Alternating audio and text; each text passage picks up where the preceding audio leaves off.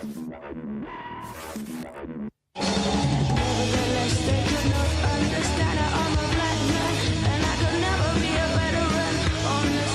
to you by Pfizer.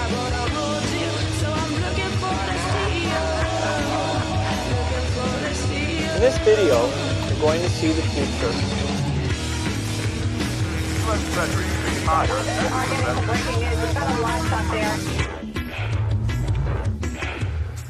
Hello there, you Awakening Wonders. Thanks for joining me today for Stay Free with Russell Brand. And this is a day where freedom must be cherished as authoritarianism and bureaucracy insidiously claim yet more territory. We stand united as a glorious resistance. Surely we shall drink to freedom. And next year, the revolution will have taken place. Hey, Bongino Army supporters, we love you. You're welcome here, always. You know there's been a truce between the Bongino Army and the Brandinis for some time now. And will similar truces be achieved across the world that we may unify and fight against the forces of globalism? Not that this isn't one globular, spherical object floating uninsured through the infinite. So therefore, surely there should be some solidarity among us and the maximum amount of control individually and communally. Not centralized authority. We should resist it wherever we see it. Peacefully, of course, peacefully. If that's complicated, you might have been conditioned. Yeah, England is done, says Scott Hanna, 2022. They've gone full tyrannical.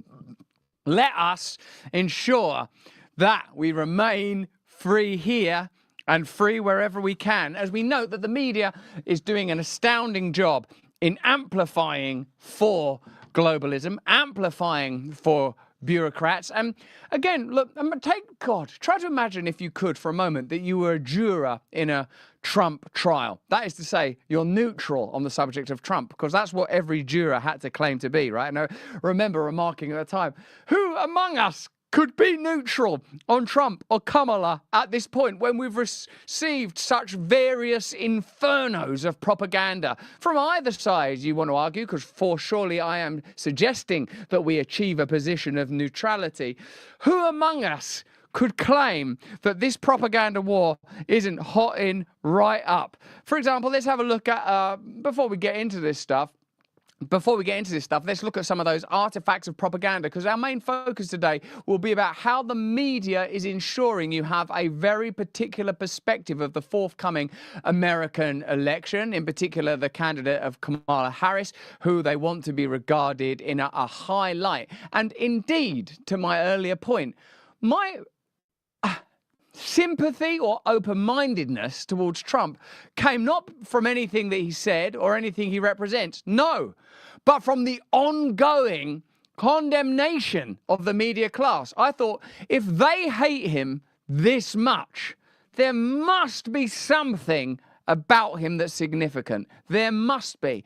Indeed, anyone that they want you to hate is surely worth thinking about again. And we're going to have to put aside all of our hatred. We're going to have to put aside all of our loathing. We're going to have to find open-heartedness in ourselves and in one another if we're to be anything other than patsies, rubes and dupes for their system of condemnation. If you're watching this right now on Locals, welcome, you glorious community. Neon Grammarian, I welcome you. Lily Farm Girl, how have you been enjoying our Bible studies? How have you been enjoying our meditations? How are you enjoying our stand-up comedy analysis? I love doing that stuff. Welcome, thanks for joining us. Rumble, John Easley 6599. Yeah, praise Jesus, baby. Solden 007. Welcome to, oh no, I'm not going to say that. Oh, nope, steady. Sometimes the Rumble chat can be pretty crazy, but what I will say is free speech is thriving in there. If you're watching us on YouTube, we'll be available for you for another 10 minutes because we want you over here.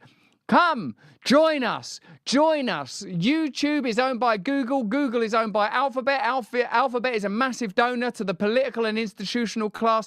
Ultimately, they want to corral you into tiny, minuscule hexagons of inanity, that your consciousness be controlled. We want to burst open that cellular structure so that you can feel the new diaspora of freedom of which we are part. And I thank all of you for the compliments on my garments. And the simple truth is, yes, it is my wife's. I've simply too lost in Christ to have time fussing over the wardrobe these days. I spent the morning in prayer with J. John. Do you know how J. John? Do you know who J. John is? You're aware about J. John? We should be getting that guy on the show. Here's a message from the Kamala campaign that sounds like she's kind of campaigning against herself. But when Kamala campaigned, she campaigned good. She campaigned by disappearing. She campaigned by commandeering Google space, for example. Now, you've noticed, of course, that their new adverts are meant to look like Google searches. We spoke to a brilliant Google expert. I think he was called Dr. Robert Epstein,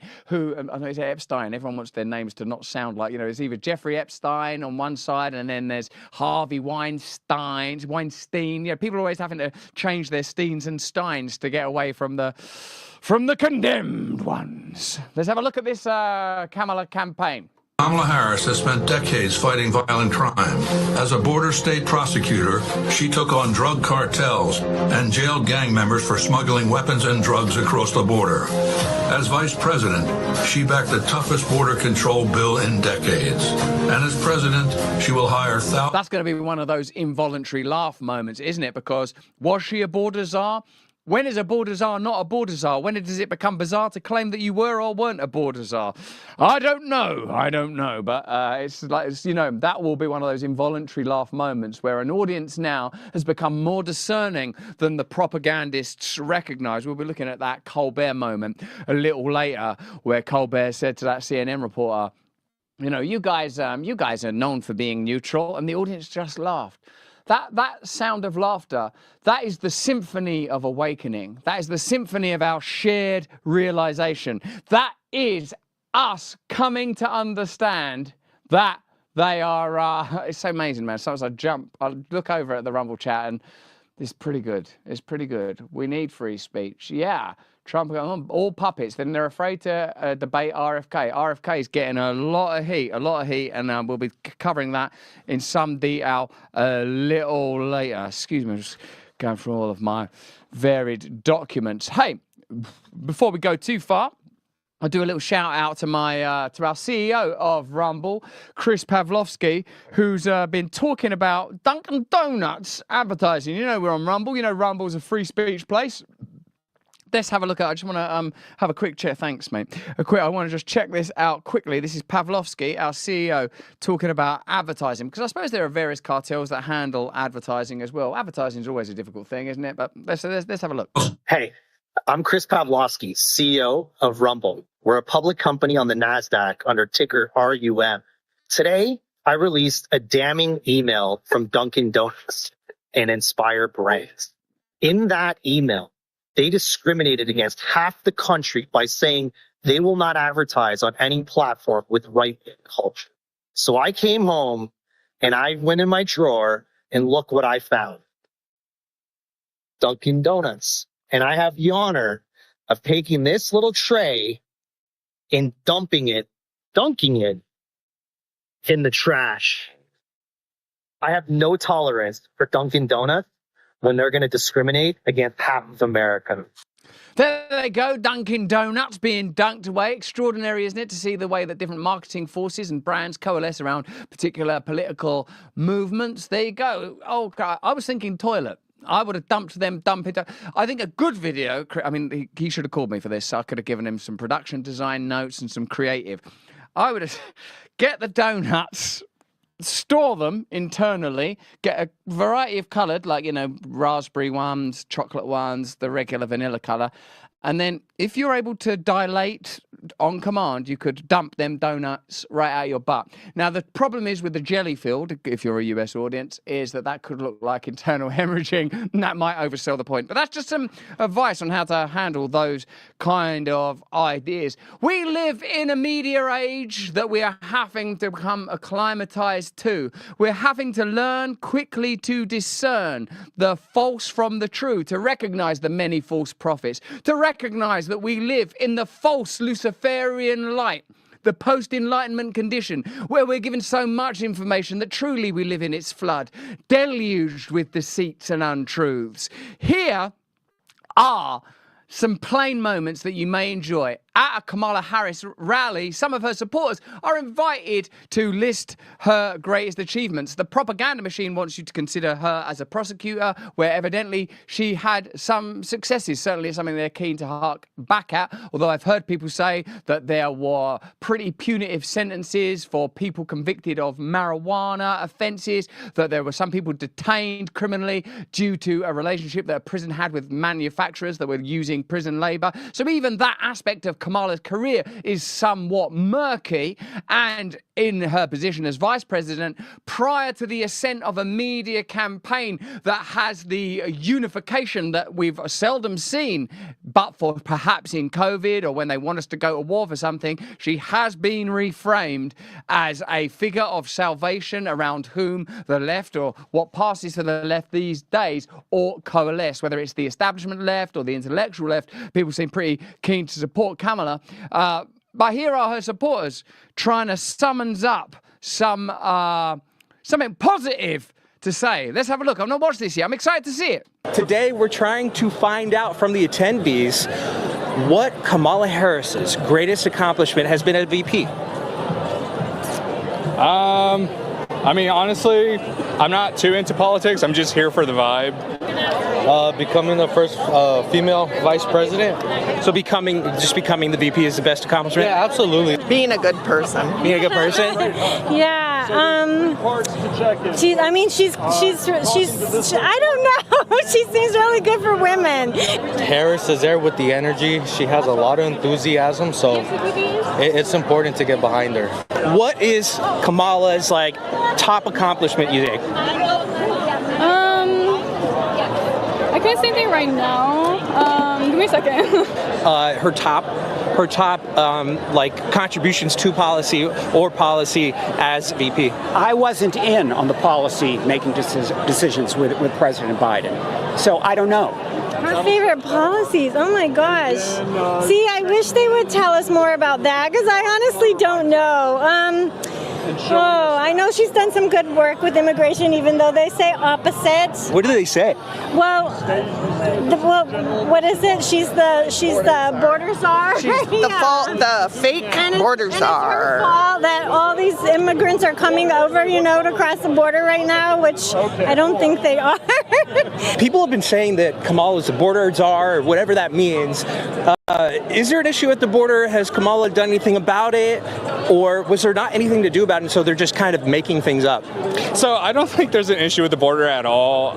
Yeah, I feel like, yes, illegal immigrants are coming to America, but that's what America's all about, is to come to America and live that American dream, because America isn't just for the whites. It's not just for the blacks. It's not just for the Mexicans. No, it's for everyone around the world. We're supposed to be a country of letting people come in and do what they'd like. I mean, I understand that with, they say the border crisis is causing all these drug issues and is causing crime, but in my opinion, there's crime everywhere. You can go to New York, you can go to Canada, you can go anywhere across the world, and there's going to be crime regardless. Yeah, it's a total. They're blowing it way out of proportion, huh? No, for sure. Would you say there's a problem at the border at all? So there is a problem at the border. I really would wish for her to go visit the border while she's here. I don't know what's on her schedule and whatnot, but I mean, there's work to do, and I can't dismiss that. There's problems to fix, but my personal wish would be for her to visit the border with the governor so they could see what's going on. Nice. That's fantastic stuff.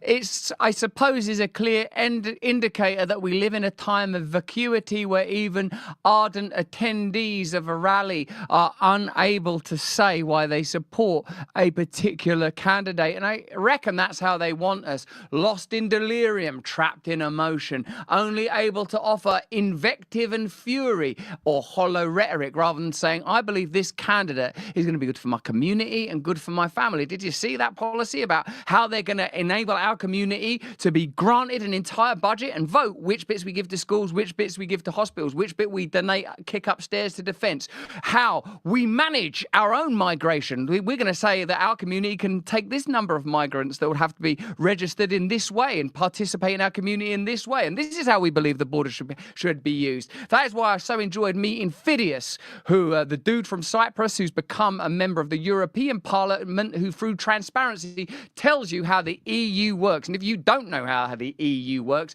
then surely you'll be interested that Ursula von der Leyen, who's just been voted back into her position of uber superiority, conducted private conversations with Albert Bourla, CEO of Pfizer, made orders of vaccines that ultimately turned out to be not 100% successful.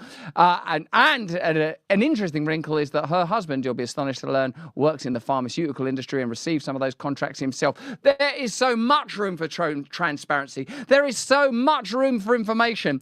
In an age where people tell you, like the Democrat Party establishment will tell you, misinformation has to be controlled. Look at their supporters, uninformed, misinformed, delirious, bewildered, and unable to appoint even a single reason to vote for a candidate that they vociferously support and support through their attendance of that event. Staggering, extraordinary, at very least surprising.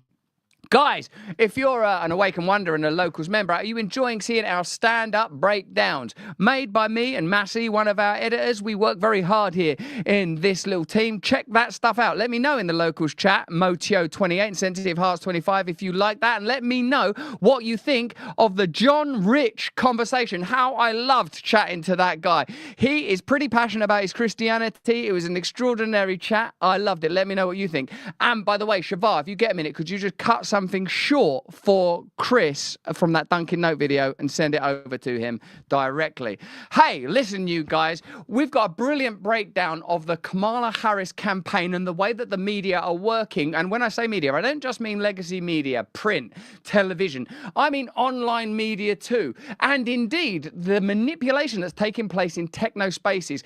Start the YouTube countdown, would you guys? Because this stuff's going to be too spicy for a media establishment that participates in that kind of propaganda. We're going to show you exactly how it's been pieced together and even show you some extraordinary footage of Donald Trump prior to his candidacy and how he was approached with something akin to affection by that oft-cited coven of loathing, The View. We'll also be looking at Bobby Kennedy and the kind of heat and hate he receives from the establishment. So click that link in the description, join us on Rumble, and let's speak freely and unite. Before we jump in,